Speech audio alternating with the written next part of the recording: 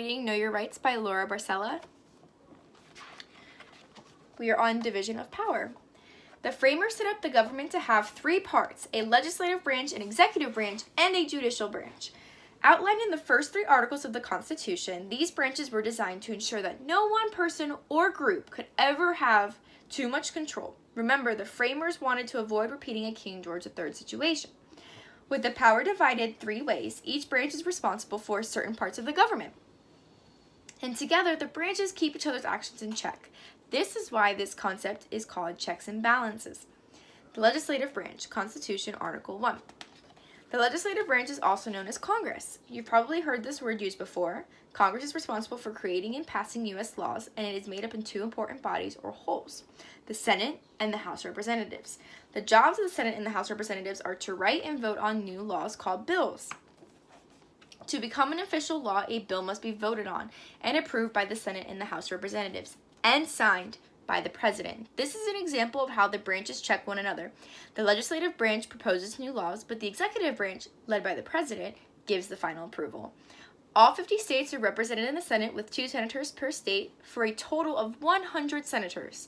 Each senator serves a 6-year term, after which that spot is open again for election. The Vice President of the United States is the head of the Senate, but he or she can't vote on bills unless the final vote on a bill is a tie. Because the Vice President is also part of the executive branch, in the House of Representatives there are 435 members, with each state having a different number of representatives based on how many people live in that state. For example, there are more representatives from New York than there are from South Dakota because New York has a higher population. Each representative's term only lasts 2 years. How Congress creates laws. The cool thing about laws is that they're really only ideas. In other words, every law we currently have in place stems from an idea someone had that was then turned into a bill. That bill eventually was voted on to an official law, and voila, a new law was created.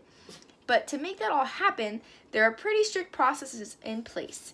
It begins when a person writes a bill explaining the ins and outs of the laws being proposed. Literally anyone, even a kid, can write a bill, but a member of Congress must champion it in order for it to be voted on. That member of Congress then presents the bill to some other members in Congress, and together they decide whether to reject, accept, or change it. If the bill is approved by this group, it is then presented to the House of Representatives. The House of Representatives then debates about the bill section by section, stating why they are for it or against it. After that, the House votes on whether to turn that bill into a law. If the majority of the House says yes, then the bill is sent to the Senate. If the majority of the Senate votes yes, then that bill is sent to the President, who either signs the bill into law or uses presidential veto power, the power to reject, to block the bill from becoming a law. But there's a catch. Even if the President vetoes a bill, Congress can override the veto if at least 2/3 of both the House of Representatives and the Senate vote to do so.